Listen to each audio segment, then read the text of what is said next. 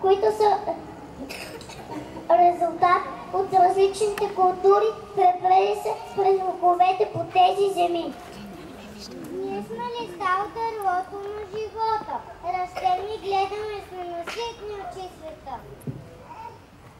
Нашето небе е тъй дълбоко, нашите дърги са тъй големи, а земята наша е безкрайна, аз се сбира цялата в сърце ми.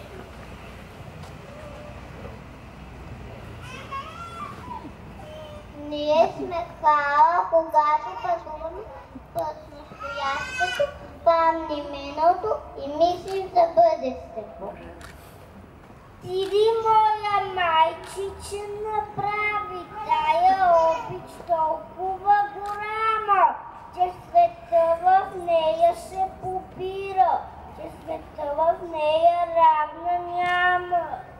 Ние сме наследници на смели и мъдри мъже и жени, които са ни завещали трептящи знамена, заветни песни и думки.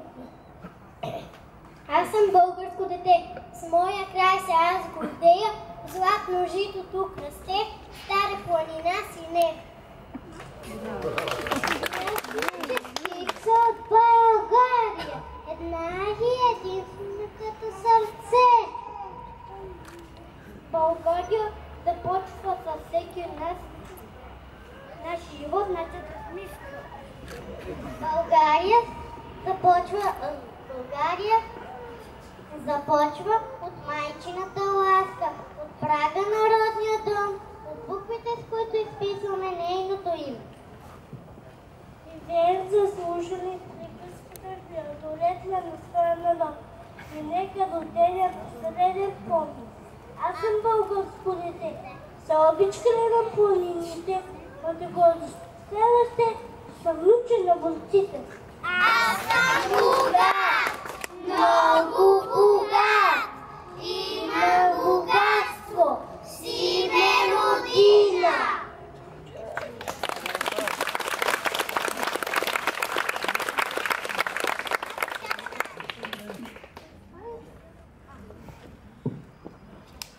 А сега кой ще познае как се казва песен?